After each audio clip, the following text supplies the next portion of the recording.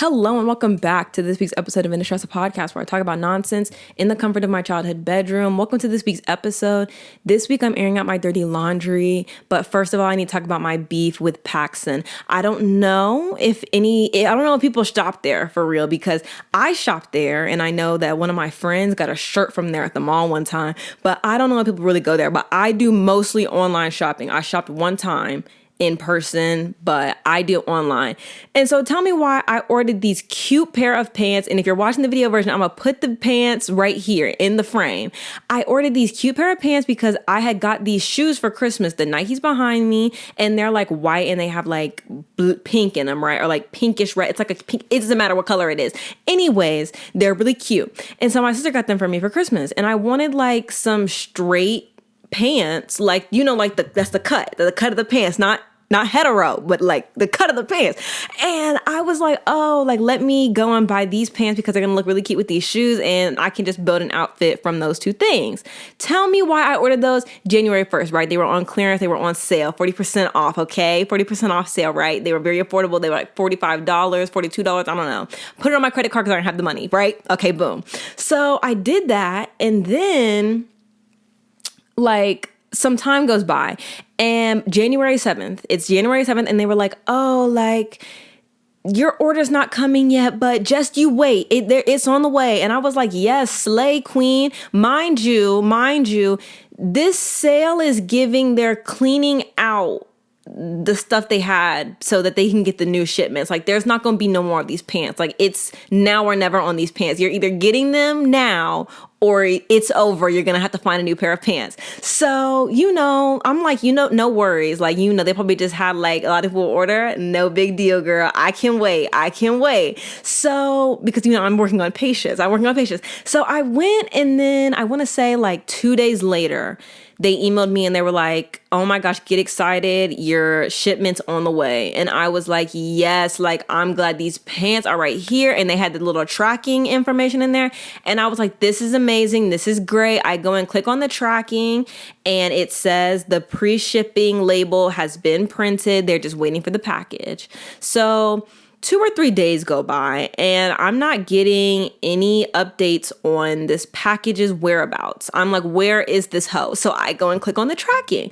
Tracking is saying the same thing it said 3 days ago. I'm like, you know what? No worries. Maybe the truck the pants are on, they're just a little late. Haven't made it to the USPS yet. It's okay. So then, a week goes by, and I was like, hooker, where the hell are these pants? Because they have not made it to the shipping label. Where are the pants?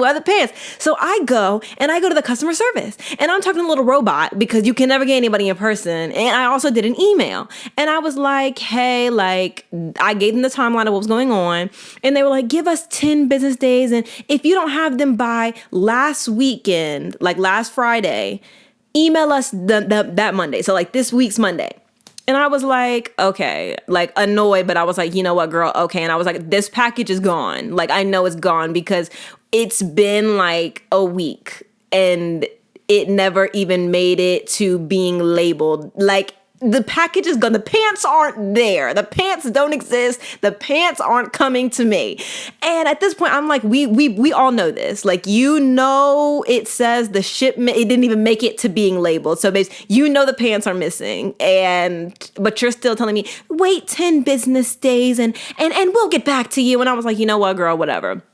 So I go on my trip last weekend, and I'm hoping maybe I'll get a text from somebody at home, and they'll be like, hey, girl, your package came, and it's them pants. But I should have known there ain't no damn pants coming. So that's when this Monday came around, and I sent off another email, and I was like, I want my refund. I want my money if I'm not getting the pants. And they were like, I'm so sorry about this. We've given you the refund and da-da-da-da-da. But if you get the pants, let us know, and we'll send you a return label, or we'll charge your card again. And I'm sitting there like, hookers, if the pants arrive, which they won't, because the pants, y'all clearly just didn't even have the pants. That's first of all. Y'all clearly did not have the pants. First of all, y'all didn't have the pants. That's first. Let's get one thing straight. There was no pants. There were no pants for me. Secondly, the package didn't even make it to being shipped, okay?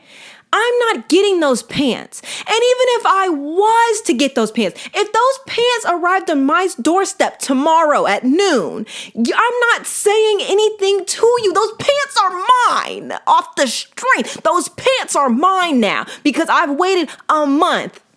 An entire month had to go by before you decide to say, oh yeah, girl, refund. Here's your refund. We all knew those pants weren't coming 2-3 weeks ago. I should have known when they said, oh, your shipment's running late. That's when I should have knew because I ain't never got an email like that before from PacSun. I ain't never had that before. I should have known they was playing in my face then. But that's neither here nor there. What we need to know now is, and the thing is, I'm not a thief. I am an upstanding citizen. If I didn't pay for something, I'm walking it back. And I realize it, I'm walking it back. I don't want anybody to ever think that I'm stealing because it's already too much to be black, living in a white town, and people already looking at you like, oh, can I see your receipt? Especially the people at Walmart be pissing me off because can I see your receipt? Did you scan that at the bottom of your, yes, I scanned it. Yes, I scanned it. Anyways, that's the point. Back to what I was talking about. I'm not one who thieves. I'm not one who steals, but those pants are mine now. I did $42 worth of waiting. Those pants are mine. And if they show up, I'm going to put them on and I'm going to come on this podcast and show y'all. And ain't nobody getting that money back. And I promise you this, PacSun, I want to say that they lost a customer, but low key they didn't. But y'all never going to get me on a clearance again. I'm going to make sure I just have the money for a straight up pair of pants. Anyways. Like I said, it's getting a little nasty this week. Anywho, but me and PacSun have beef. But if they ever did want to sponsor me or do a collaboration, like I'm not above. I will forgive you.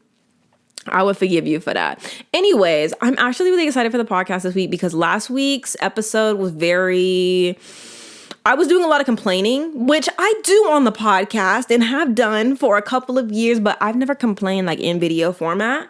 And complaining in video format was like kind of like, ooh, girl, like, and I was like, it's not that I was ashamed of my feelings, which maybe I was. I don't know. I need a therapist, but I can't afford one because I don't have benefits at my job. But that's something we'll talk about at a different time.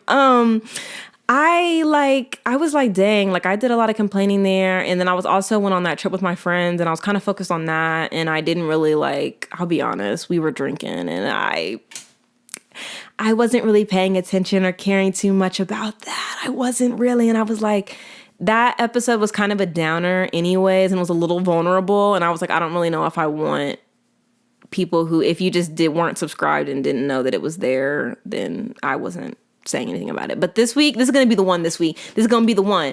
But first of all, Black History Month. It's February 3rd that this is getting posted. And I just want to say happy Black History Month to, first of all of the Black icons and queens out there, including me. Happy Black History Month to me. Wow. Firstly, you did it, girl. We did it, Joe. Oh my gosh, wow. Happy Black History Month to me. Happy Black History Month to all of the Black kings and queens and what is it? The gender non-conforming Black people out there. Happy Black History Month to you. Sorry, I hit the mic. My bad. That's my bad on that. Happy Black History Month to you. Let's just really sit in it for a second. Let's really sit in it. Like, wow. I might put like a crown somewhere on the screen because I deserve it. Anyways, back to what we were talking about. Oh yeah, I have a couple things here on the dock today. So we should get an hour in this week, I think. Anywho, I wanted to say this because it's something that's really been plaguing my mind. For the people who are not longtime listeners of the podcast, or even you just started listening to the episodes 2 weeks ago, that's fine.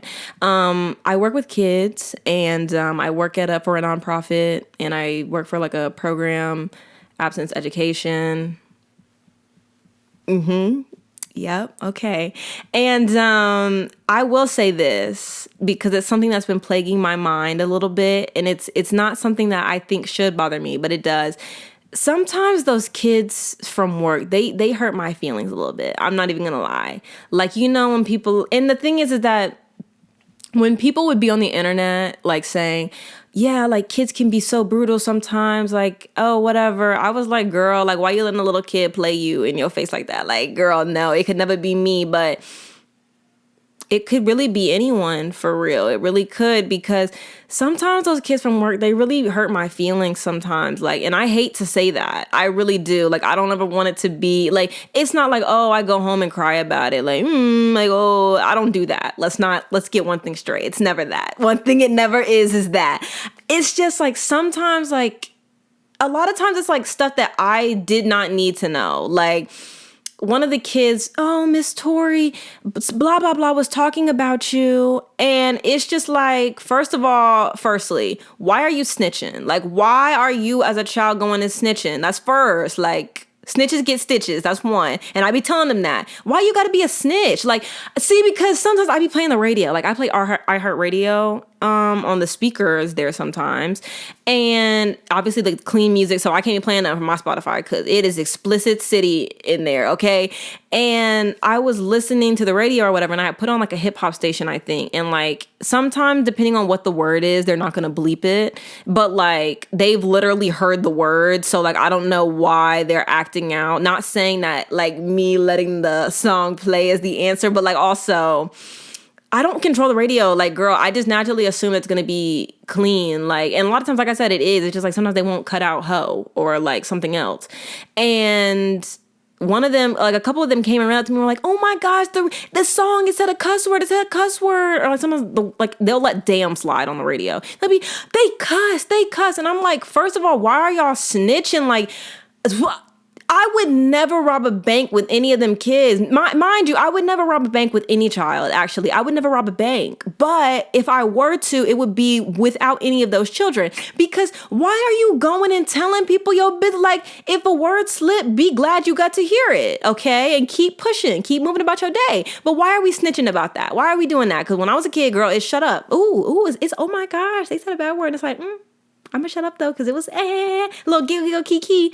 But anyways, but it's always, oh, Miss Tori, they're talking about you. And I'd be like, girl, like, I would have been okay not knowing that. Like, I don't really mind. Like, obviously not everybody in your life's going to like you. That's fine. And like, them kids, I'm sure they don't like me. Like, I'd be up in there on their necks. Like, some of them, why would they like me? Why would they? But like, this week, I really had to get it straight. Like, y'all don't have to like me, like, but you go and sit here and respect me. And if you're not, kick rocks, get up out of here. Cause I'm not the one. I'm really not. I'm not the one, the two, or the three. It's not going to work. It's really not. And the thing is that one thing I realized this week, I actually yelled at one of them kids the other day. And I was like, this isn't me. First of all, that's not me. That's not me. I'm not really a yeller. Like, I'm loud, but I'm not a yeller. That's not me. I only yell at my dog. That's like when he being annoying or doing something bad. And I was talking to them like I talked to my dog, who is literally like 1 year old. Like, I was like, this is a little ridiculous. I was like, I'm 22. And these are not my kids.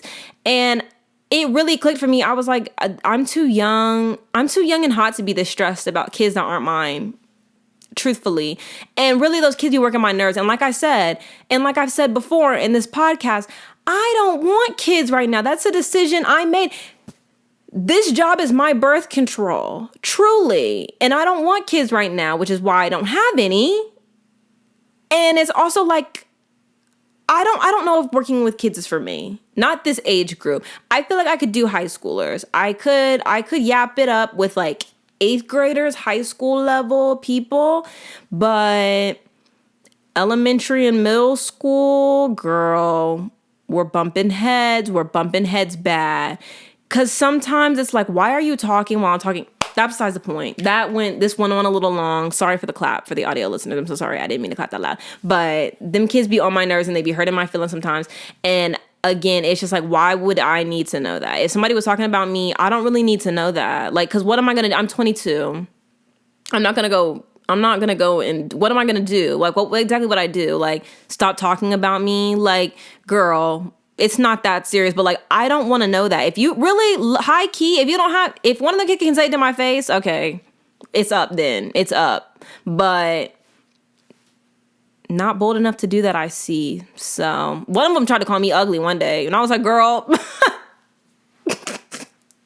one thing it never was that. It is really, and I'm going to say this, it's really crazy how young some of those boys will learn to be rude and disrespectful and misogynistic to women. That's really interesting to me. But you know what? I'm going to go ahead and shut the hell up. That's what I'm going to do. I'm going to shut up on that one, and we're going to move to the next topic, because it really is crazy to me how young they learn to be disrespectful towards women, and they learn about being colorist. That's what's really crazy. But we're not even going to get into that right now, because we are actually going to share stories about, I almost died 2 times this week. And genuinely, I'm going to say this before I share the stories of how I almost died, and not even anything dramatic, for real. It was just me in the car. First of all, one of my biggest fears is dying alone. And by dying alone, I don't mean actually dying like alone. I mean like dying without experiencing like romantic love. And I guess my question to the people would be, is that not something that other people worry about? Because personally, it's getting a little dark for me. It is. It's getting a bit dark, and I'm becoming a little concerned because, and I'm going to just say this, and I'm going to say this, and I'm going to leave it alone. I'm going to say this, and I'm going to leave it alone. I've been on the apps lately, okay? And we know, as I've discussed before, the apps are not for me. I've been on the apps, and I've been out here getting, yapping. And, you go out there, you put yourself out there, and you end up down bad. And I'm not going to go too heavily into this. I'm actually going to wait 3 months, and then we'll revisit this topic, and you can all get the tea. So go ahead and like and subscribe so you can stay informed for when I drop that little story in a couple of months. But, it's like you go out there and you put yourself out there. You do that. And,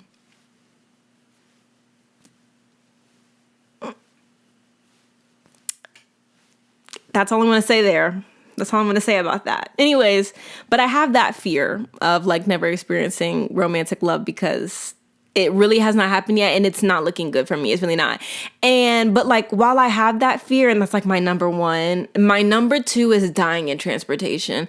And that's really hard for me. Like, really, like, I don't want to die. Like, can you imagine dying on a bus, but like, can you? Like, I don't really want to go out on a bus, because then it's like, oh, like I really died amongst other bodies. I don't want that. My death needs to be about me. I fear it needs to be about me. I need to be alone. It just needs to be body found. Okay.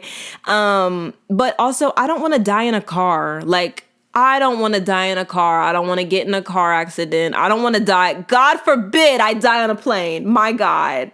Things that don't need to happen, because a couple weeks ago, I don't know if you guys heard about that plane, but like the door that like flew off, because it was like a second door that they sealed, quote unquote. They didn't really seal it clearly because it flew off, and how the people who got on the plane that day didn't get off. Well, no, they didn't get on. And then it was like, oh, like we just missed the flight, but it's a good thing we missed it, because they probably would have died. Actually, they would have been sucked out of that hoe. And honestly, I can't go out on a plane. I watched Lost when I was in like high school, and even though that turned out to be some other thing, and also I loved Manifest. That was on NBC, okay? And then Netflix went and picked it up, okay? And we're not going to get into that right now, but I was watching that show from day one on NBC, but I was watching it on Hulu because I don't watch live TV, and I was watching it when I was in high school, but I will die on the hill that I was there for Manifest when it first jumped off, and I was also there for You before Netflix picked it up when it was on Lifetime, okay? I was in there. I was on that Lifetime app, and I was locked into the little episodes, and nobody knew what that show was. Nobody knew what that was, and then it got put on Netflix. Then everybody was talking about it, and I was sitting there like, I was here first. And see, this is actually because to me, see, I had this running thing in my life with the people, with my family and my friends, that I'm like, I'm an icon. Like, I have iconic behavior. I'm a trendsetter, if you will. And I don't need anybody in the comments trying to say that I'm not, because I have proof, I have receipts, I have evidence. But sometimes I be on stuff before other people are on it. And those are two very strong examples of things that I was there for before many others were. I was there at the scene. I was the first on the scene. And I was the first on the scene for those two shows. And then now I be watching you on Netflix, but like the seasons haven't really been like as a hee funny tee hee since that Lifetime season 1, because actually the thing about Lifetime, and this is about to be a little tangent. So I grew up watching Lifetime, not like watching it, but like my mom and my grandma and my dad, like they love a little Lifetime movie. They can still get down to a Lifetime movie here and there. But back when Lifetime was like really great and it looked like in like a early 2000s movie, like those. But like the storyline was good, the dialogue was good, the plot was juicy. Like back when Lifetime was putting out Lifetime worthy content. Now I don't know what the hell they be doing, but the everything it looks terrible. The new movies on Lifetime look absolutely horrid and abominable, and they look like the BET shows, but we're not even gonna get into that right now. It's not the discussion. But that Lifetime was like, you came out around like the last good era of Lifetime, I think, like when they were still putting out like some decently looking good movies. And that's why people have said like the tone of the show is very different, which it is, yeah, but I just feel like the first season was like fun. Like it was fun. It was like, oh yeah, he is crazy. But like, I don't know, when Netflix got it, the tone did shift, yes, but like, I don't know. There was just something so cutesy fun about Lifetime putting out a series about like a stalker. Like it was very on brand for Lifetime to do that. So when Netflix picked it up, I was like, oh, that's good that like my show not getting canceled. But it was also like, bro. And then like really every season has been I'm getting bored of it, and I'm glad that this next season's the last one. Anywho, I don't really remember why I was talking about that. Anywho, back to the transportation thing. Yeah, I just don't want to die on a plane or really in a car or a train or a bus or girl. And that's why that submarine thing took me out so bad, because I was honestly, when I was younger, I used to want to go to space. But then I was like, oh, like, it's like the more you find out about space from like just hearing about it, like the less you want to know stuff.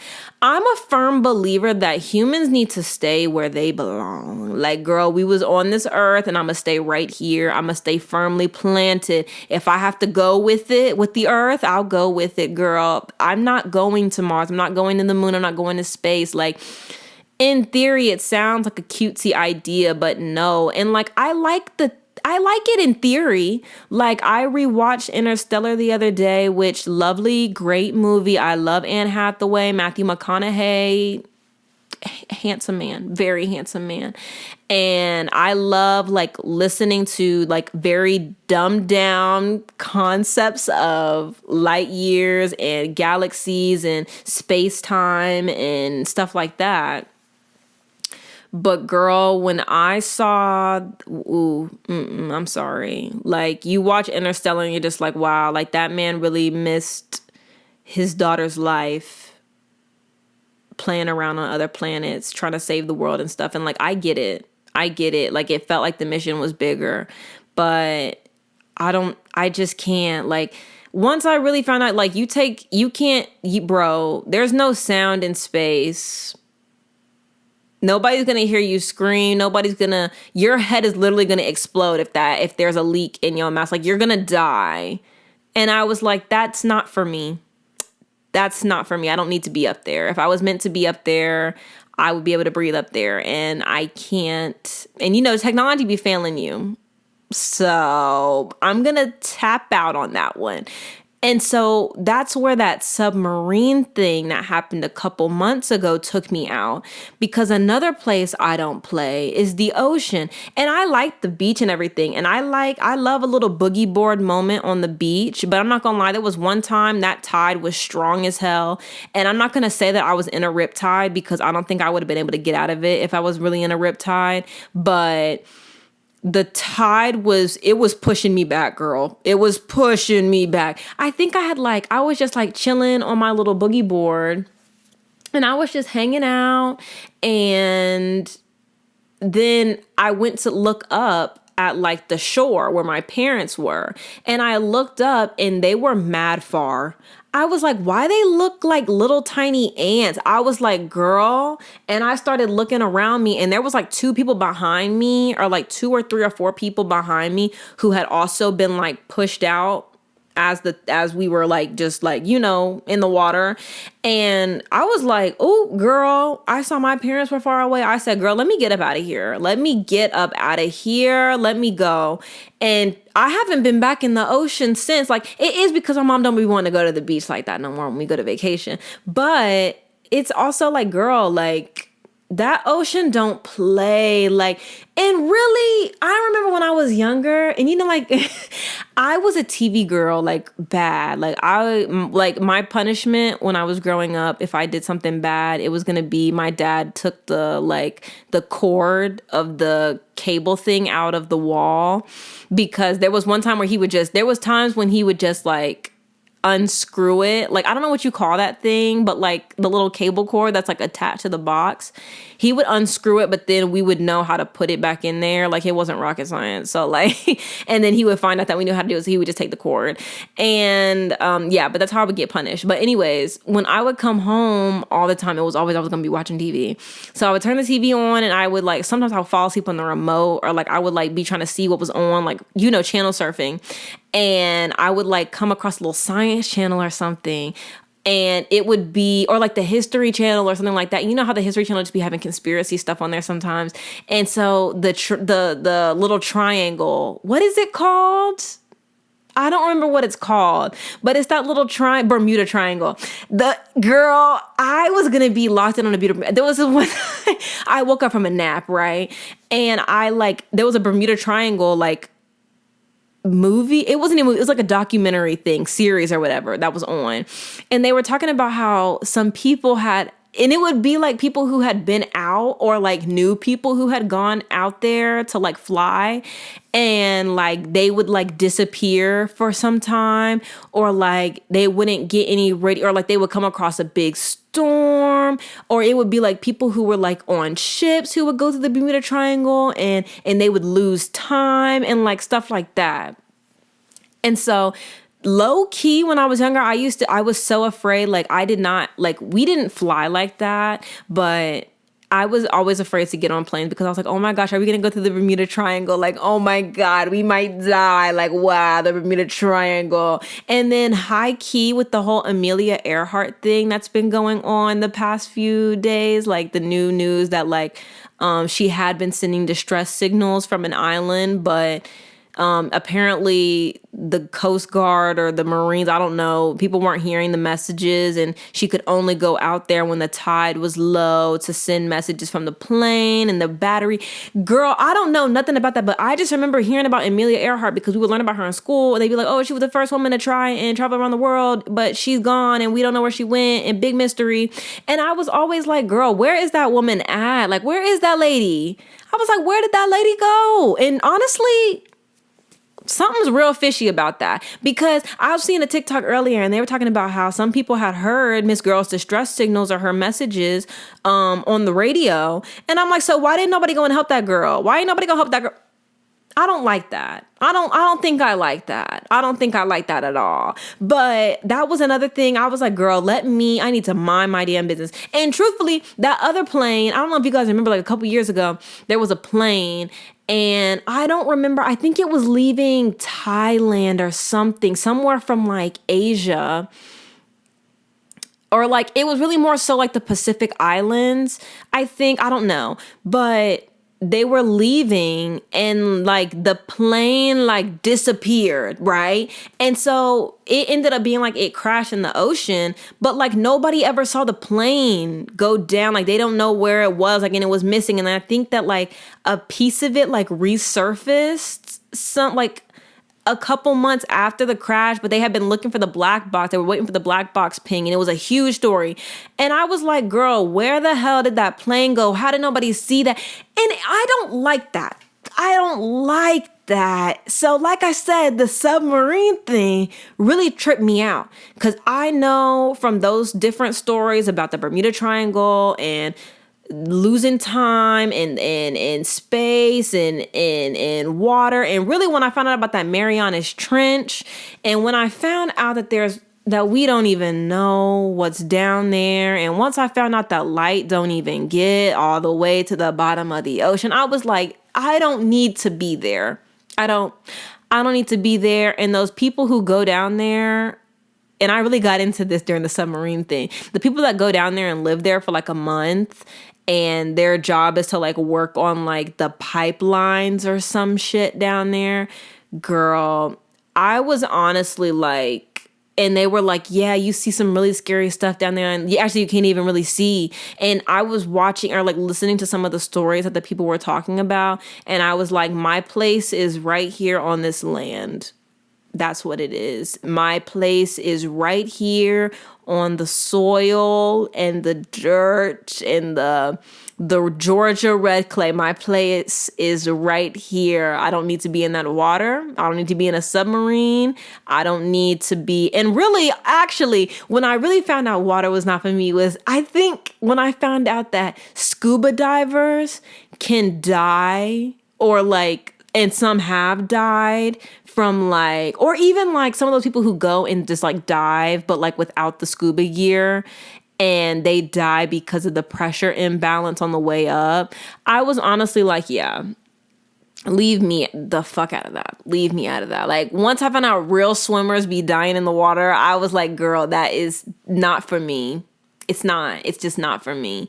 And it never has been, and it never will be. But that's the thing that's really crazy to me is like, why would you have gotten in that submarine? I don't want to go in a submarine anyways. That thing could be classified, marine stuff, girl. If they send a missile to the submarine, babes, you're not getting out of that. You're not getting, like, you're dying in there. I can't do that. I'm sorry. No, I can't do that. I like I said, I even feel shifty about plane rides. Sometimes I get a little nervous, but I just be give that one on to God on that one. Sometimes I got to give that to God. It'd be really pretty up there though. But I'd be sitting there like, wow, it's crazy that if I fell out of this, that if I were to jump out this plane, I would actually die. Not even just from the impact of like hitting the ground from jumping from a plane, but actually would die probably in the sky somehow because it's actually freezing cold up there. But yeah, also, did you guys hear that they making clouds in Mississippi? Or was it Mississippi or was it Tennessee? Or was it Louisiana? I don't know, but they're apparently the government out there making clouds. They out there sending them off. And all I'm gonna say is that's suspicious to me. That's weird to me. And the thing is this, sometimes it's really hard to not believe conspiracy theories because I can understand the government wanting to quote unquote protect us from certain stuff. And we're not going to get into the political stuff of that right now. But like, I can understand some things need to be classified information because the people would worry. But also y'all be doing a lot of shady shit that we see. So there's no doubt in my mind that they've been doing shit, bro. There's no doubt in my mind that there's aliens. First of all, there's no way that we're the only people around. Like, that's actually what's scary. It's scary that there definitely are aliens and they've definitely come here and we just definitely haven't seen them. That's what's scary to me. That's what's scary to me. Cause like, ooh, I wonder what they look like. Like, it'd be crazy that they look just like us, but I know they probably don't because, you know, like other planets be like, or like even Jupiter. When I found out you would literally die on the impact on Jupiter, not even the impact, just going into the atmosphere of Jupiter, I was like, dang, that is so crazy. And really reading the science books and looking at like, oh, the temperature of other planets and stuff and like, oh, viable life or whatever. And like seeing that some of these planets are like thousands of degrees hot, like it's hot as hell over there. Some of the surfaces aren't even like land, like it's like gas and liquid and you would mercury and you would burn. Girl, no. I was like, oh wow, that's some sick shit. That's some sick and twisted shit. But there's no doubt in my mind there's aliens though. My only wonder though is like what are they building? Like how are they getting around? Like, okay, like I understand like how they're getting around. Hold on, let me take my shoe off. Like we really have to get into this discussion. really need to get in here. In order for me to get in here, I gotta fold these legs up. I really wonder because, when we think about, I try to stop thinking about things in human concepts of like, you can only build things out of hard material and like steel and stuff like that, because it makes sense that there's other planets out there that could host human life, right? Because, you hear about people discovering other planets like that are light years away that could be potential candidates. But what's really crazy to me is I don't really know why you would go through this is what it is. I don't really know why you would go through going to other galaxies and other planets to find viable life sources or like viable places for humans to live when you could literally just sit here and take care of the one you have. And I really think that that's what the problem is. And I want to believe that it's just an American thing of like being consumers, but like everybody in the world to some extent has experienced consumerism, and they may not be on the same or like capitalism, whatever. It may not be on the same level as it is in America, but like it's really crazy to me how the solution to the problem of like polluting the planet and killing the earth is not just to stop doing that. It's actually, let's just go find somewhere else to live. Let's just do that. That would be so much easier, wouldn't it? Do you know how much money, and that's the other thing. Do you have any clue how much money it would cost to get everybody off of the planet? And the thing is that only the rich people would be able to go. And when you think about it like that, it's like, wow, these bitches are ruthless. Like, really, they are, because it's just really crazy. Because in what world is traveling light years away to a planet that you have no clue what's on it, you don't know what dangers are there? Like, if you just take the idea of like everything that you know as a human out of the equation and you go to a planet that is like Earth, maybe. Let's say that. Okay, yeah, maybe there's a planet out there that's like Earth that could host human life and we could live there and it would be fine. You don't know what's there. Like, there are probably things living there. Yeah, and that's really cool, really great. But it's like, girl, you don't know what they're capable of. They don't know what you're capable of. Like, your guns might not even work on these people. These people might be bulletproof. We don't know. Like, anything that we could have ever thought of isn't like when you think about like space and you think about like stuff that's in the sea, like all of these things, like all those things are concepts that like we could never imagine. Like, when we think about aliens, they're always like goofy things with like black eyeballs, like, or, oh, they're really tall beings and they don't have clothes and blah, blah, blah. Like, girl, it's very strange to me. It's very strange to me, the concepts that we have here. And it really makes me question, because it's just like, wow, like the smartest minds and the people with the fattest pockets they're looking for every other solution under the book except maybe taking care of the planet we have. It'll really make you think. I don't know how we got there, but I'm glad we did. That was a good one. Anywho, I was off the dome. Proud of my work. There was actually, I wanted to say something else about Black History Month. I was on TikTok. I don't remember what I said. I think it was like a comment from like a video a while ago. And we all know I've been trying to stay off the comments. I need to stay out of there, get out of there. I'm safer here. I'm safer above ground, off of TikTok really in general. Low-key, TikTok ain't been hitting like that for real. If it's not a product placement ad, it's always like some other bullshit. I don't be laughing ha ha ha on there anymore. I be laughing at my stuff. But I don't be giggling kiki and ha ha ha ha ha. Anywho, but somebody had commented, all races in this country have the same rights if they're citizens. And I was like, that is so crazy to me. And actually leads me to the thing that I wanted to talk about this week that I've been thinking about. Oh yeah, I was supposed to be talking about how I almost died. We'll get back to that. Anywho, oh, sorry, I have to cross this off the list. I've been doing a bad job. It's really hard to host and produce your podcast at the same time, people. I'm a multi-talented girl, but I struggle and I would never pay anybody else to do it with me. So, anywho, that really made me laugh, that comment did, because all races in this country have the same rights if they're citizens. Wow, that is so funny to me, because it's like, in theory, do we have the same rights? Yes. Well, yes. But are we treated like we have the same rights? No, actually, no. And I could really get further into that. I really could.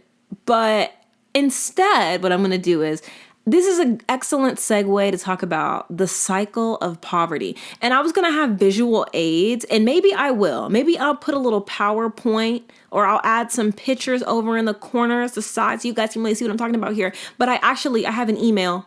I did my research on this topic, because I was like, I really want to talk about this on the podcast this week. So this episode is probably going to be like an hour 20. It's going to be an hour 20. And I just really want to talk about the cycle of poverty, because it's the cycle that I'm seeing. And I'm like, this is really crazy. So maybe 2 weeks ago, I think I discussed not being able to recognize like things until you experience them or see them for yourself. And so for me, I grew up in like pretty much a middle class life. Like my parent, like we have a house, like that kind of stuff. Both my parents have jobs, like fairly middle class behavior. And then I grew up around other people who were either middle class or upper middle class. So that's what I've seen. Okay. And then it's not that like I wasn't in proximity to people who maybe weren't middle class or maybe were lower middle class, stuff like that. It's not that my proximity to that wasn't there, because there were definitely people who I went to school with who didn't have like the same opportunities or the same things as me, or like the same amount of money as me, the same resources. But, it's just it's a thing of like, you're going through your life. And at that time, like, you're thinking a lot about what you're going through and not really about what other people may be going through and have going on in their life. So when I talked about that 2 weeks ago, one of the other things I discussed was that a lot of white people and wealthy people they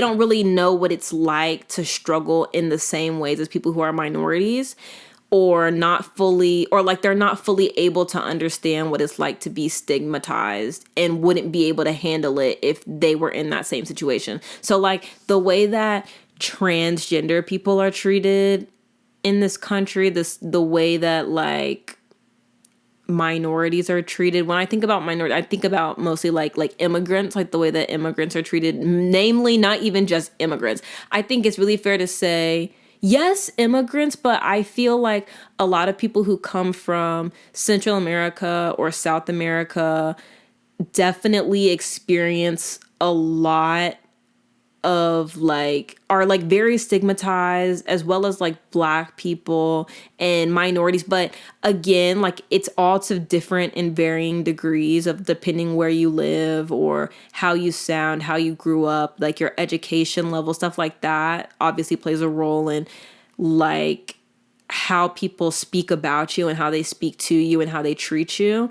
But if you're looking at it in more of a general like way of like people, like a lot of times like immigrants who are Latin, like a lot of times they're described as like the thugs, or like a lot of people stigmatize them as being like drug dealers or people who are here to steal their jobs. And it's a lot of like weaponizing their culture, or like weaponizing them, or like their work ethic, which is really strange to me, that people who work hard are now people who want to steal something and take something from you.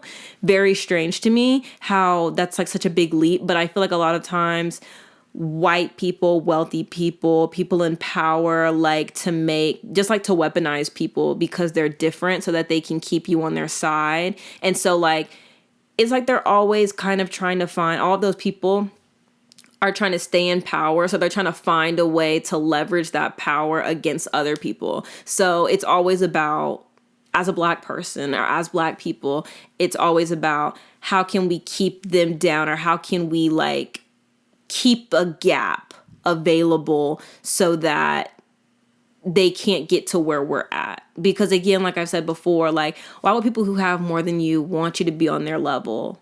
Because then you have access to them. That doesn't make them special. It doesn't make them unique. It doesn't make them important anymore if you have what they have, which is a weird way to think about things and very selfish, but that's neither here nor there. So when we talk about like the cycle of poverty, like in that way, let me pull up my email. I'm doing my big one here, guys. I'm that girl. Like I'm a scholar for real. So I did some research today. Here it is. The cycle of poverty. So when we talk about the cycle of poverty, it's obviously a very complex thing. And like I said before, it's like there's a lot of intersections that take place there. And so I'll talk about the experience that I've seen with it. And then I'll obviously add in like the other things. So there are a lot of contributing factors that go into the persistence of poverty within individuals and communities. And when I first did my research on it, it was a lot. I think the first thing, or like the first quote that I saw, was that poverty goes on for generations at a time. So like, I think they said it's a lot of times it's like 3 generations. Don't like quote me on that. Definitely Google it yourself. But I'm pretty sure they said like, if your grandparents lived in poverty and struggled, then your parents were likely to be in the same situation, and you're likely to be in the same situation. And I was like, that is a very bad statistic. That's very bad that it takes like a lot of the time takes 3 generations for things to change there. And so for my job, a lot of it is I work at a nonprofit, and it's very interesting. And like I said, I do abstinence education lessons, and something that I've been thinking about recently is like, first of all, the way that people who live in lower income areas are viewed is very nasty. Very nasty, first of all. Like the way that people talk about them and talk about their side, quote unquote, like their side of town. Like, oh, I don't want to live there. It's not a very nice part of town. It's not very blah, blah, blah.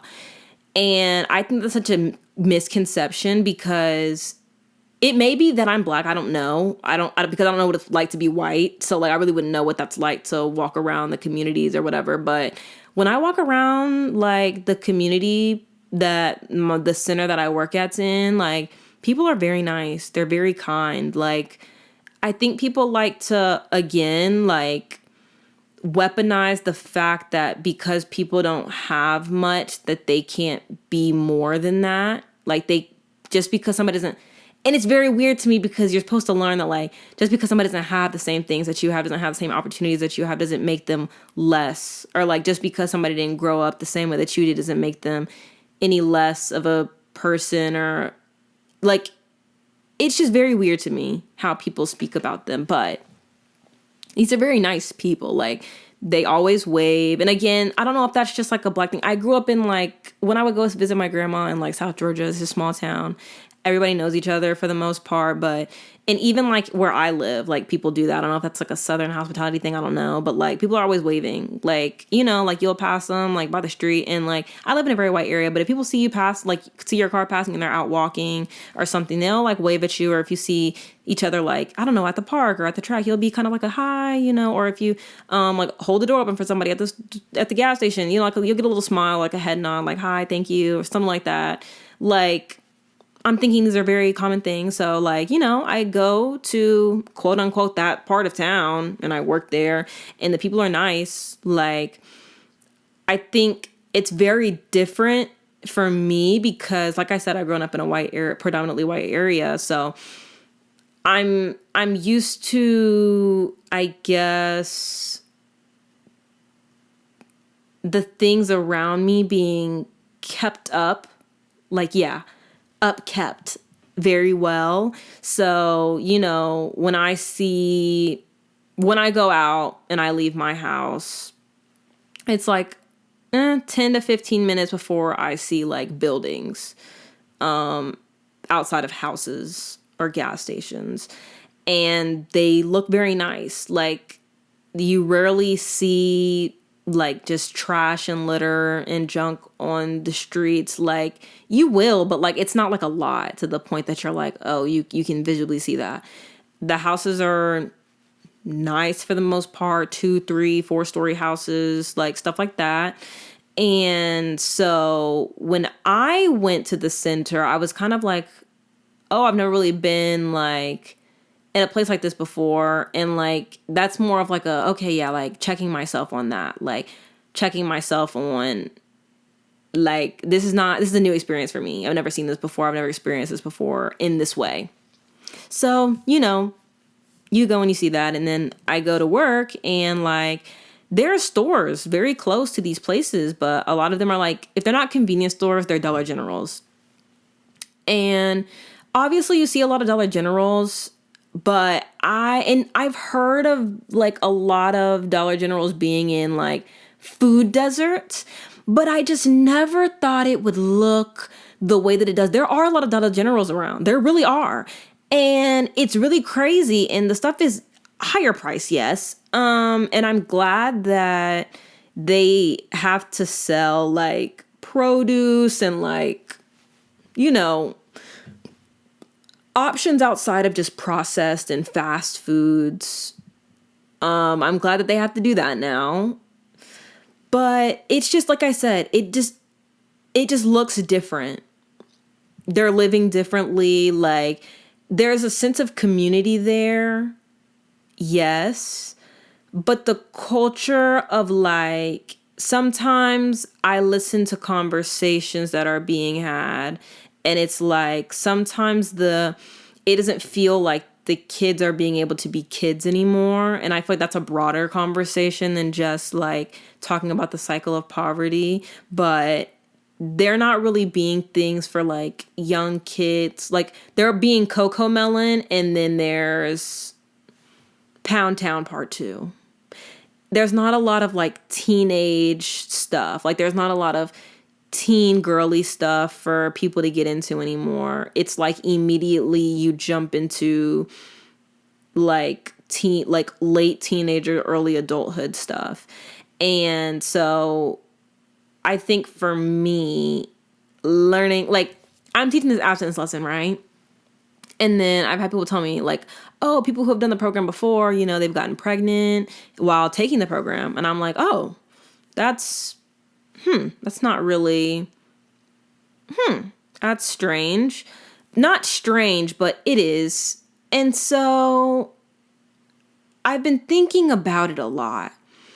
And I was like, so I'm teaching this abstinence education stuff in a lower income area in town, and it's mostly a lot of Black people.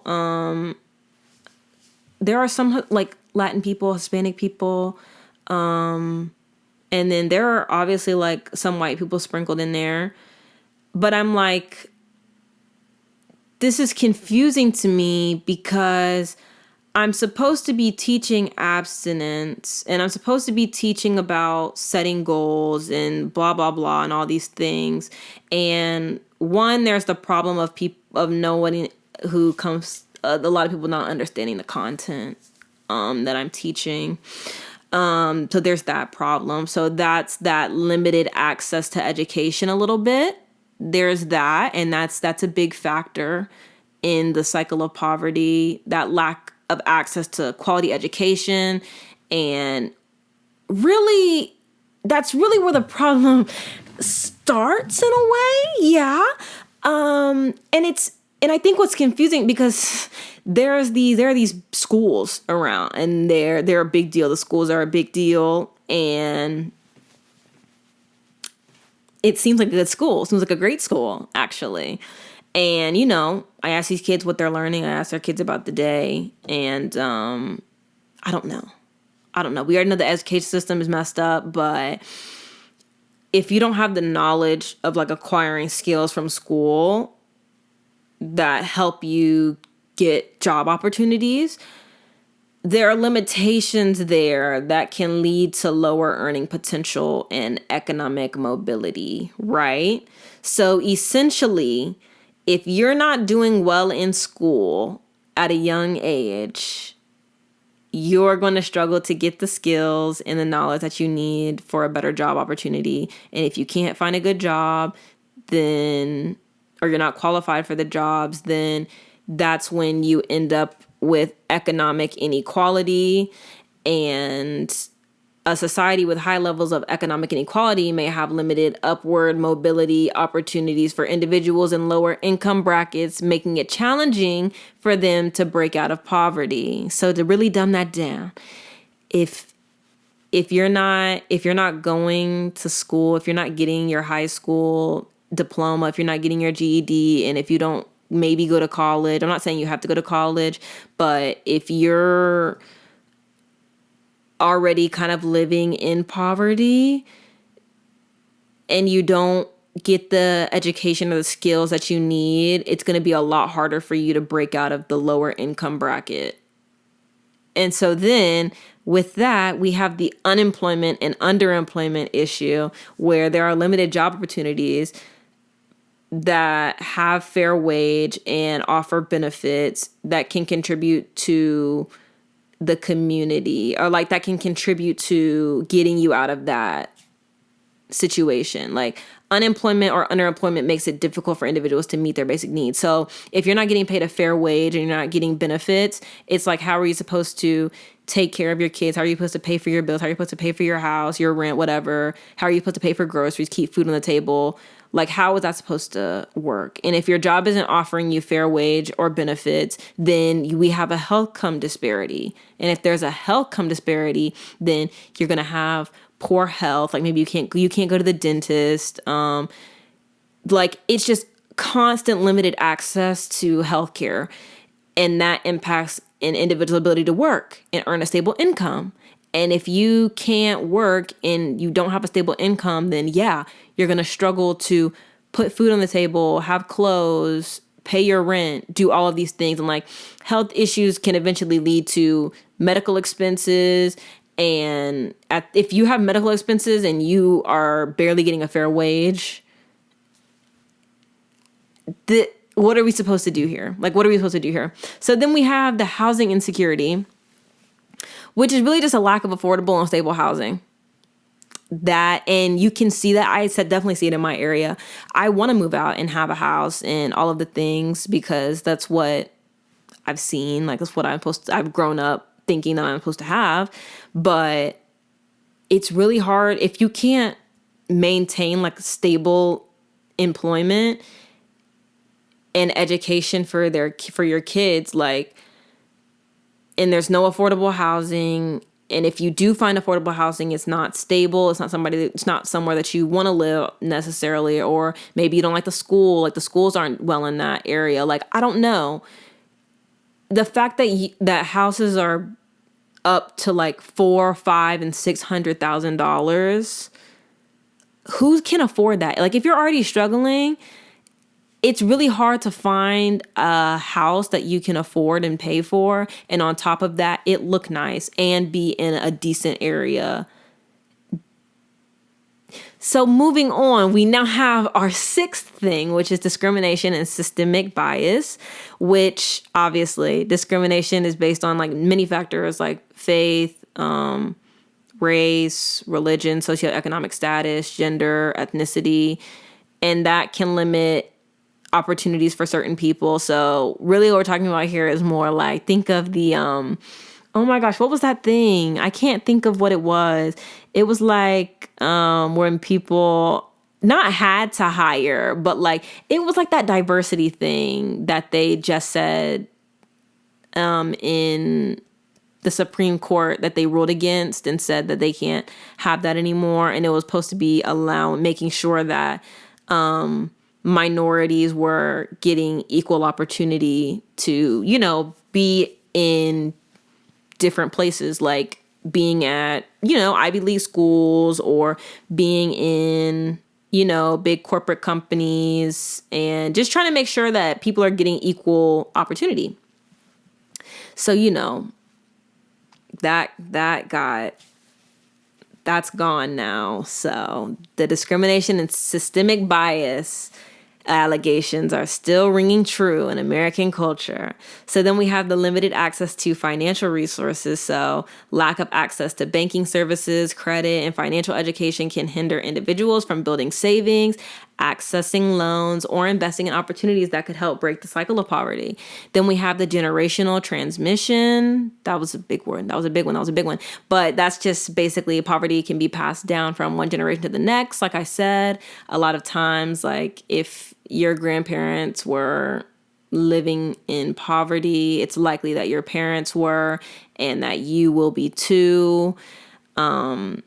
And yeah, poverty can really just be passed down from generation to generation. And I just think, like I said before, that's a terrible statistic, but it's the truth. And so that's an issue. And again, with that, there's that exposure to limited access to quality education and healthcare for children. And that is perpetuating that cycle. And then there's inadequate social safety nets. So really just not having a lot of support systems that can leave individuals and families vulnerable to economic shocks and making it difficult to escape poverty during challenging times. And then there's geographic location with economic opportunities and resources varying based on locations. And in this case, for me, where I work, there are a lot of like industrial jobs. I forgot manufacturing. That's what it is. There are a lot of manufacturing jobs around that pay maybe in the $20 an hour range. But a lot of times if you're working in manufacturing or if you're working in food service or you're working in retail, those are kind of the only jobs that you can get if you maybe don't have a high school diploma or a GED, or maybe if you don't go to college.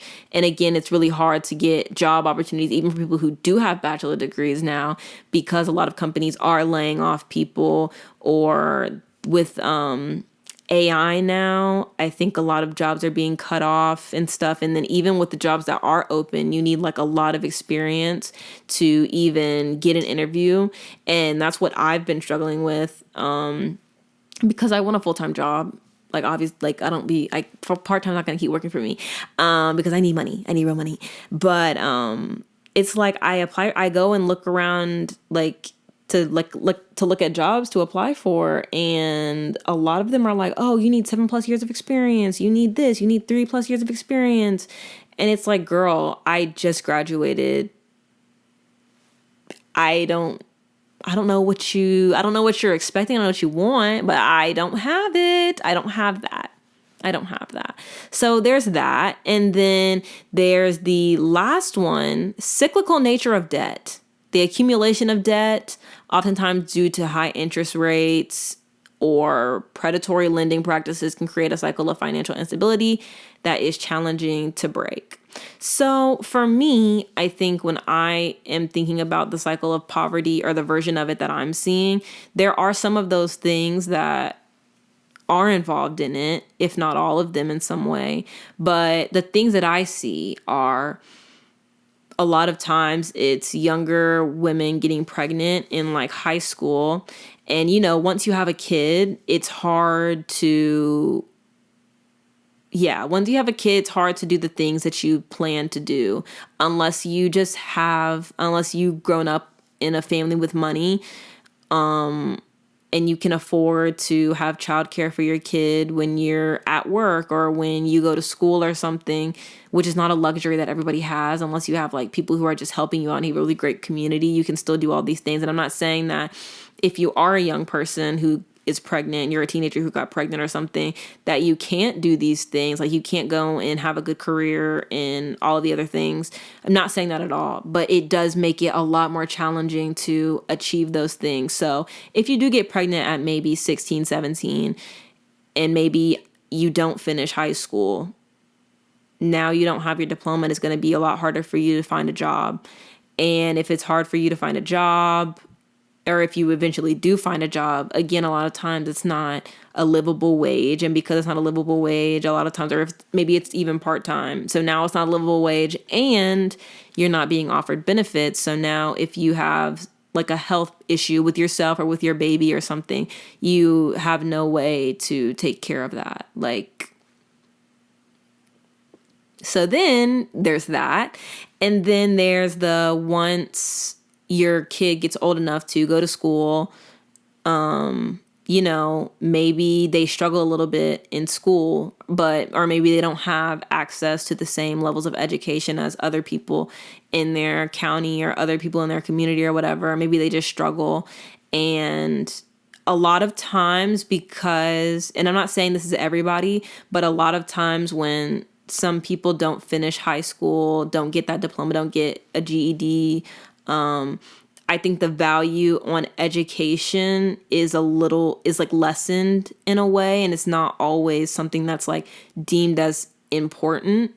So then because you're not valuing that education, your kid doesn't really go to school and care about it. And if you're not kind of like on them about doing their homework and making sure that they're checking their grades, and the education system is already kind of bad. But if you're not like reinforcing, like, having your kid do work over the summer, teaching your kids like how to read and how to spell and doing stuff outside of school, like my parents did for me, which again, super grateful for that. I know that not everybody has access to that. My parents had me hooked on phonics, and I would be sitting on the couch crying on my knees, begging, pleading, because I was struggling with cat, bat, rat, all the stuff. And my mom was on my neck, but she was going to have me reading. She was going to have me reading and working on those words. And my dad was going to have me spelling and reading that dictionary. And my parents were going to make me read. And they were going to make me do workbook stuff in the summer. And made my sister do it as well. And we had to just like review stuff over the summer so that we, again, like so that she wouldn't lose it. Because that's a big problem is that a lot of times when kids go back to school from over the summer, they spend like, I think like a month and a half. A lot of teachers have said that they have to spend a lot of time on reviewing stuff from the year before because a lot of the kids lost it. And without reinforcement of those things, kids aren't going to like retain a lot of the information. They're just going to like learn it for when they need it right then, and then it's out of their heads. So like I said, the education, or like the people, their view on their education, or the importance of education, is lessened. And so with that, now you have a kid who maybe, again, is maybe struggling in school, and maybe you just kind of let it slip, and maybe they drop out, or maybe they really struggle to finish, so they don't.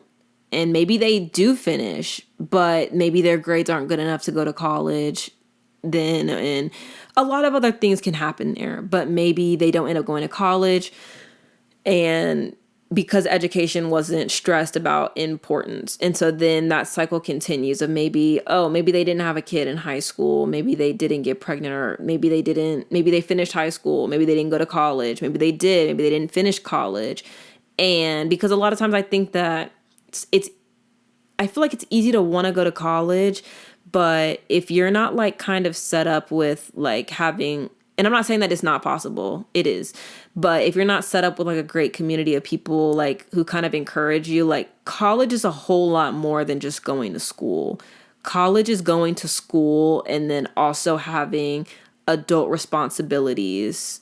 And I think even when people have these conversations about people who didn't have to work in college because they had enough money to not have to do that, that's a big thing. Like a lot of people who maybe do come from lower income areas do have to have another job to support themselves or support their family members or whatever while they're going to school.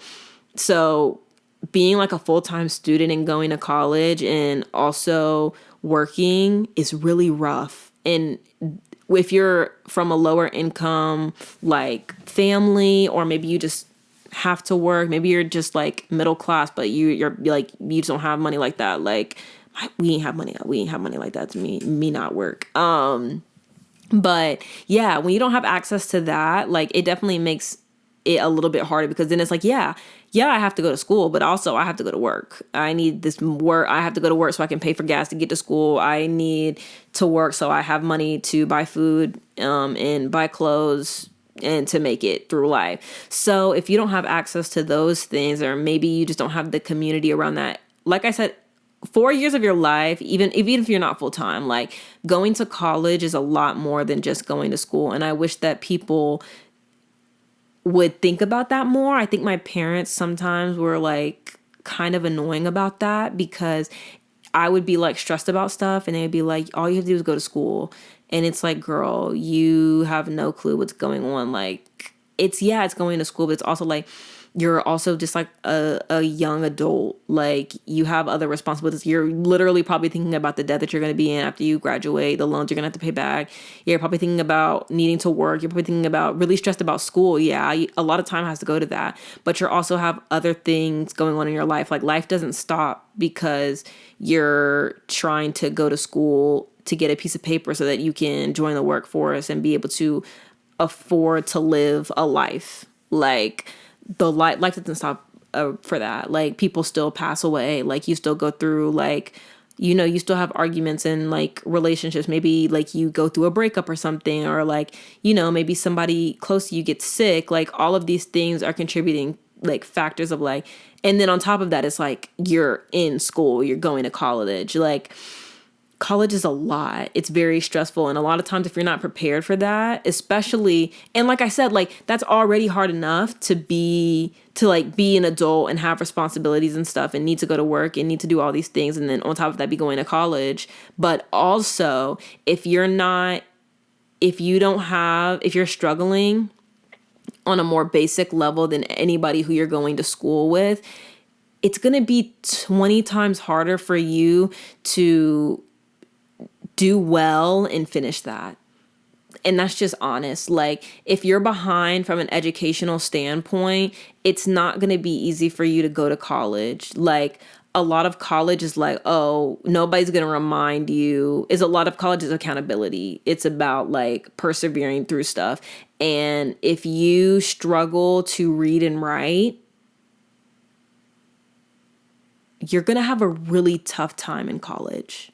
A really tough time, because a lot of times it's just, girl, you need to read this. You have 5 readings before the next class, and you need to write. You need to do this discussion post, and you need to have written a paper, and then we have a test on Friday. So, and like, that's not a big deal to somebody who's like been well equipped to handle that.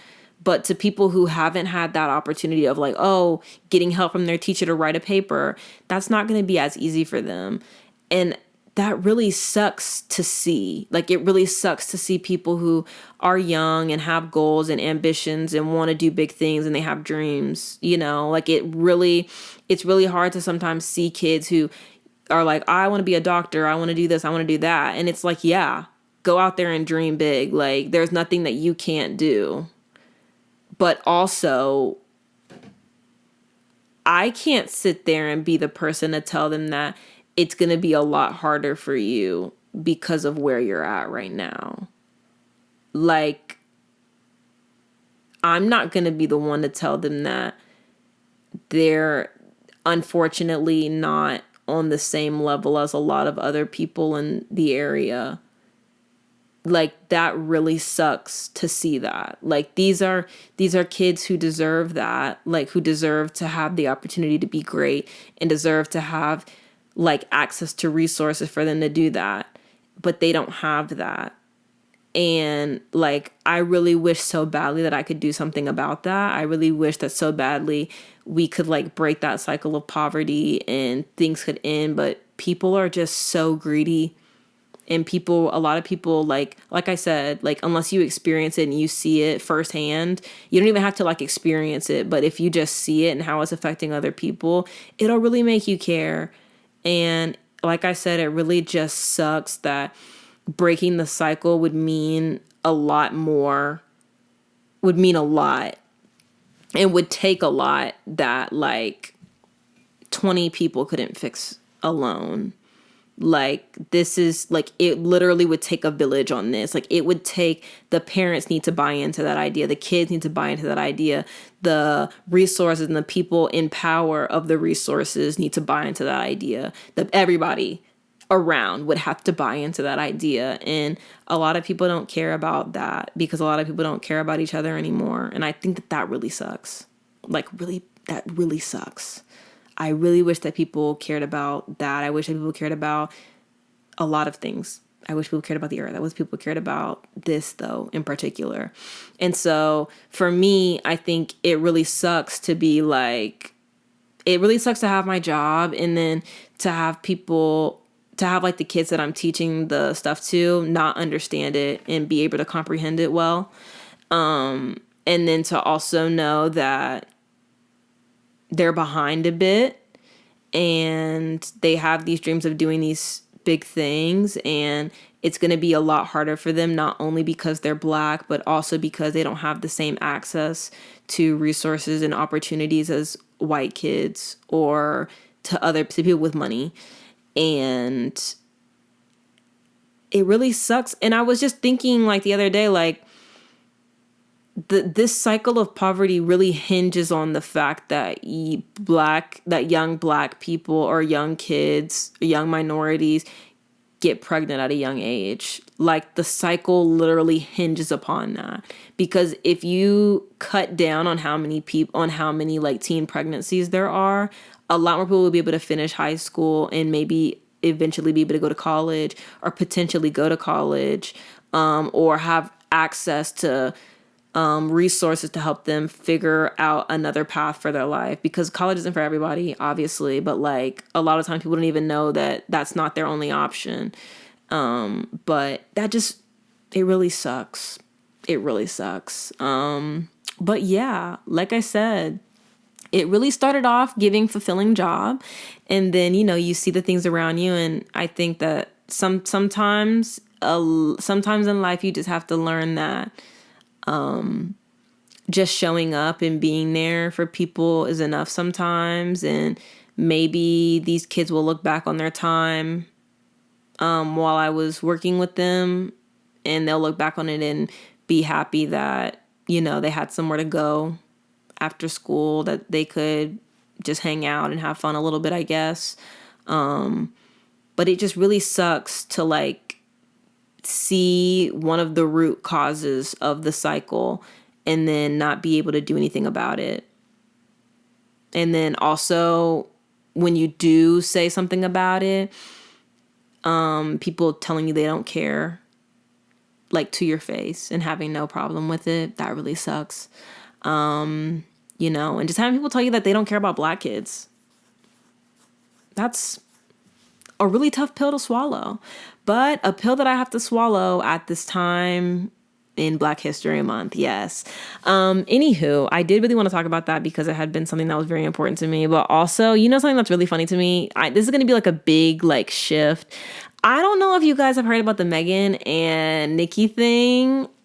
The Megan and Nicki beef is low-key funny as hell. Not like funny because like Nicki is actually problematic, but this was actually something that was really funny to me. Azealia Banks, she is a messy little thing, but she's like a rapper, and she usually just always has commentary on like pop culture stuff that's happening.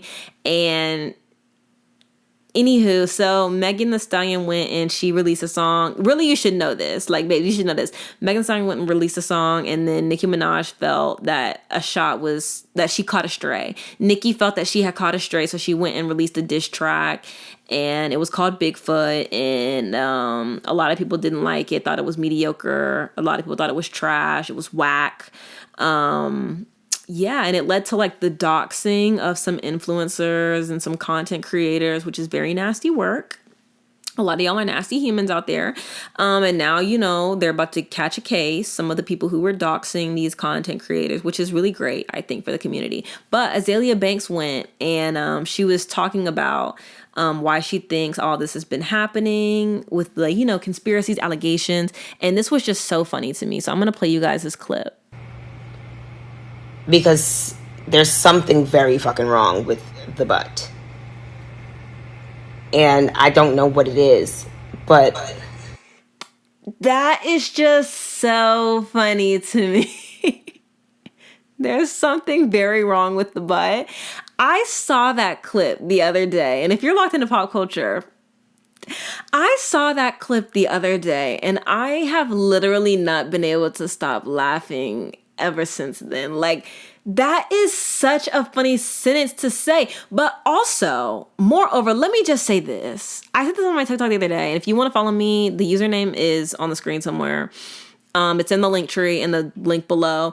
But the thing about Nicki and stuff is that, you know, I can acknowledge that Nicki has had some very great verses. She's probably one of the she's probably the first female rapper outside of like the Eves of the world, the Queen Latifahs, you know, that I like heard and like I know a lot of songs by. She's like one of the female rapper that I know the most songs by. And I am just honestly, it's just so crazy to me that none of this would have happened if Nicki really just acted like, if she said she was the queen of rap, okay, move like that then. Move like that. None of this would have happened if she had just locked into Princess Diaries 2. I know what you're thinking, Tori, what are you talking about? And I'm going to say this. Princess Diaries 2, the Queen of Genovia, when old girl went and found Mia Thermopolis, Mia, okay, in the first movie, she was talking about what it means to be a queen, all the things, you know. And in the second movie, she really moved like that. Like when that white man with the big ears came up in her palace and was like, I want the throne. It rightfully belongs to me and my family or whatever. She welcomed that man in her palace. She did not care that she was like, yeah, he wants my throne, but I'm still the queen here. Like, I welcome you with open arms. When Mia got off that carriage and was walking with the kids from the adoption place and with the foster kids, I don't know exactly who they were, but she got down there and gave them all like princess and queen crowns and was down there waving her little hand.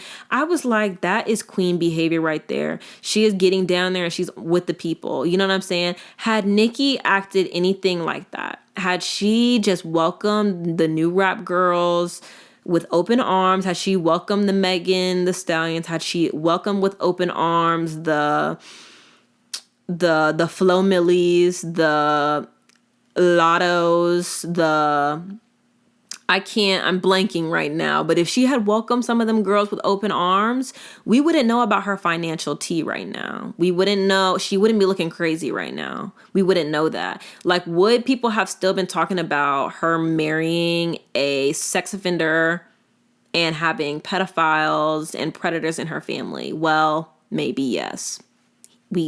We can't say that wouldn't have happened. But had she welcomed the girls with open arms, people would have been, that is really the queen. Like she ate that. Like she moved with grace. She moved like a queen. That was queen behavior. People would have been very welcoming to her. People would have been, they would have been loving up on her. It is so crazy to like look up to somebody all your life and like be like, I want to be just like her. I want to rap like her. I want to be like her. I want to have hits like her.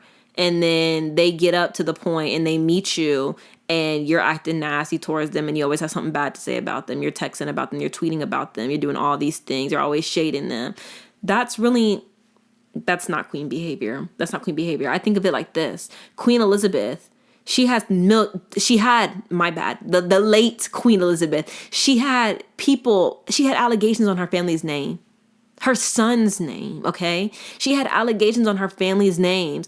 And did she ever address them? Absolutely not. Absolutely not. She did not even give a second nod to them. She was moving in silence, okay? She was moving in silence. She said, I don't care about the allegations. You're all peasants to me. End of story. End of story. And that could have been Nicki. Maybe she didn't walk in with open arms, but she could have just sat over there and minded her business and not said nothing and just been like, stream my album.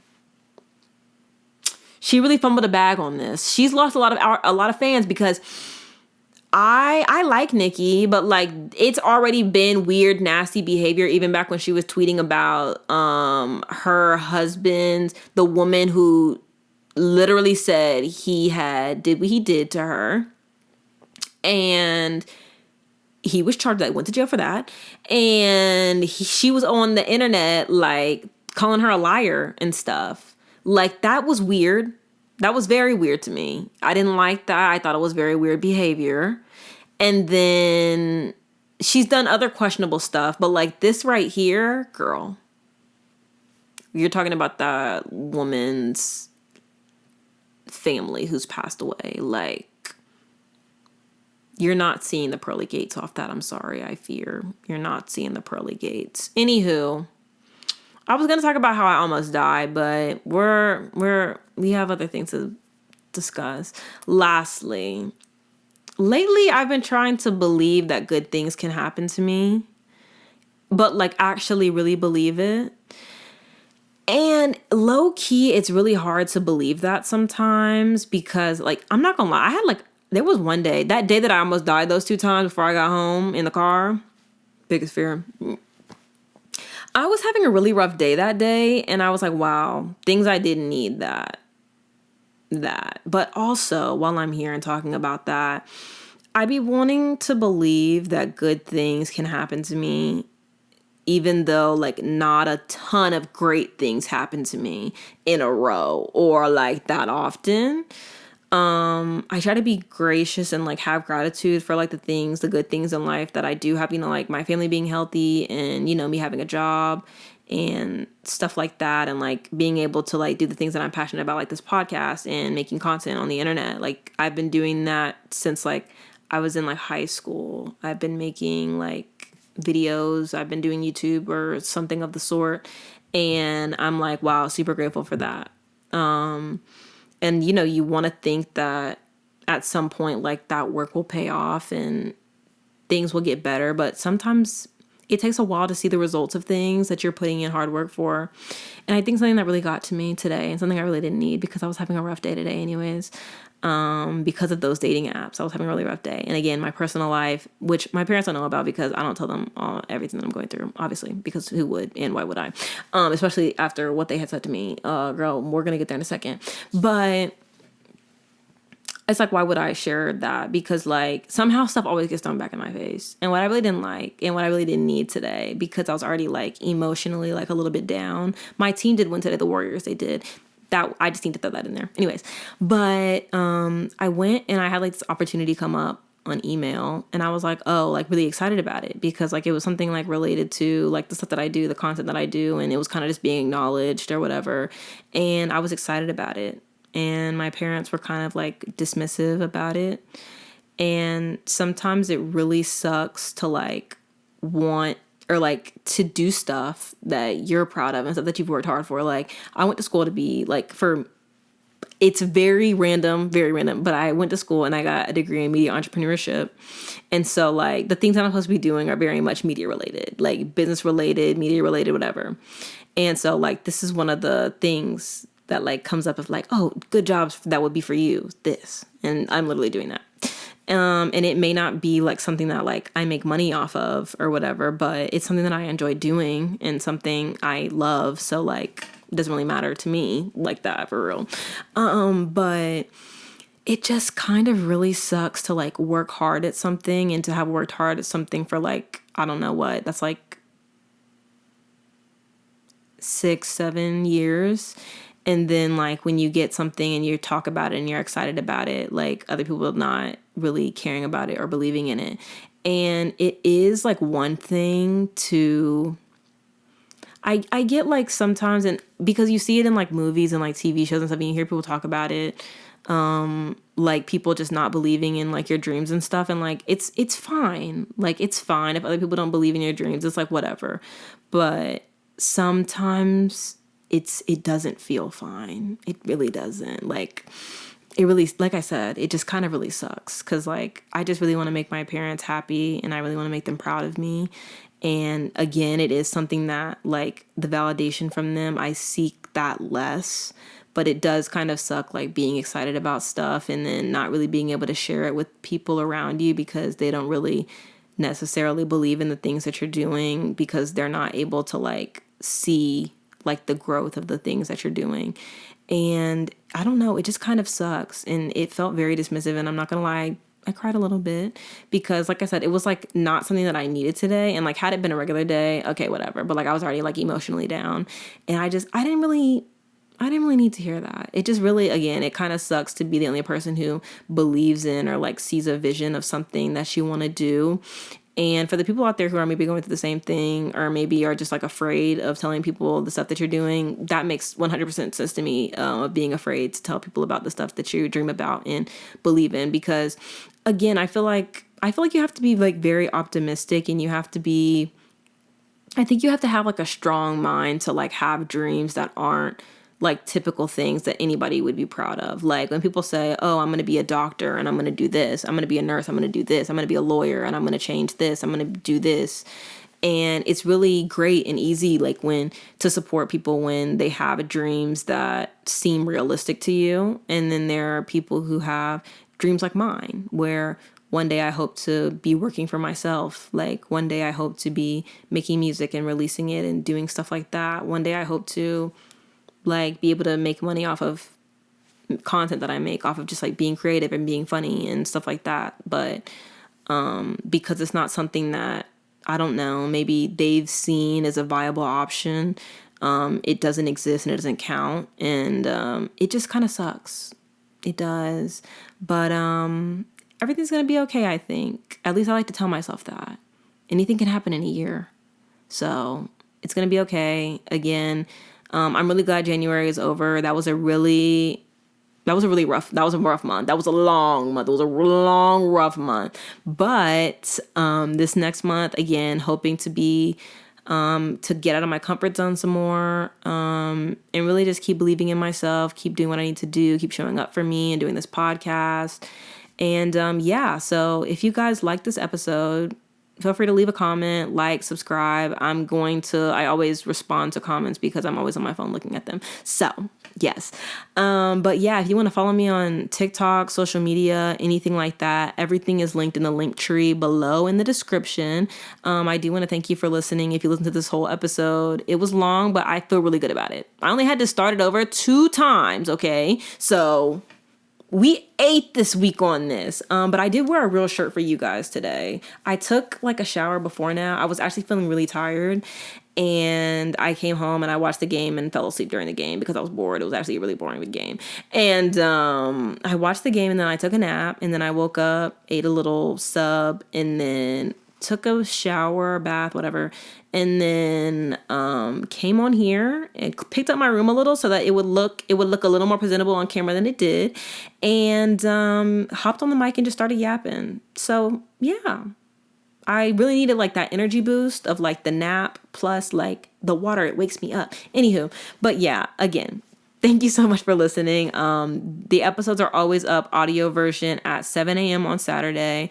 The video version is always going to be up at maybe from like 5 to 7 p.m., maybe 5 to 8. It takes a while for the video to sync on my computer because it's old, but in order to buy a new computer, I would need a real job.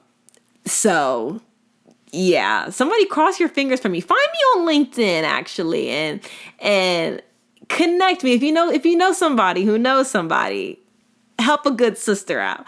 Anywho, thank you guys so much for listening to this episode. I loved complaining in the last 3 minutes of the episode. Really appreciated that. Felt like a nice little moment to be vulnerable. So if you stuck around, thanks for listening. If you didn't, well, you didn't. Okay, I'll see you guys next week. Bye.